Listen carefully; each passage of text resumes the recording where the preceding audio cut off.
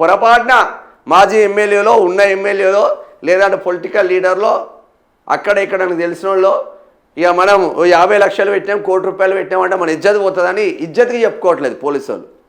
ఈ micro finance దందాను ఆపాల్సిన police వాళ్ళు పెట్టుబడులు పెట్టిందంట.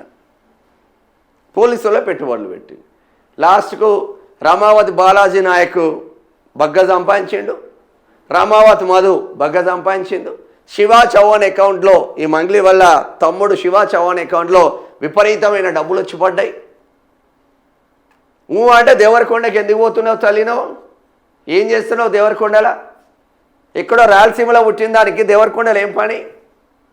మిర్యాలగూడ హోటల్కే నెలకు ₹50,000 రెంట్ ఇచ్చే స్థాయికి ఎదిగినావంటే ఏం పని నీకు మిర్యాలగూడలా? ఇంతమంది సింగర్స్ ఉన్నారు మా తెలంగాణ సింగర్స్, మా మధుప్రియ కావచ్చు, మా రేలారేర గంగా కావచ్చు, ఇంతమంది సింగర్స్ ఉన్నారు కదా మా వాళ్ళు. మరి ఎక్కడ ఈ చండాల పనులు చేస్తలేరే? మొత్తం తెలంగాణ సింగర్స్నే సర్వనాశనం పట్టించినాడు. ఇది అసలు కథ వీళ్ళది. నార్మల్గా లేదులే ఇక కథ. ఒక్కొక్కటి బయటికి వస్తుంది, మొత్తం ఒక్కొక్కటి బయటికి వస్తుంది ఇలా కథ.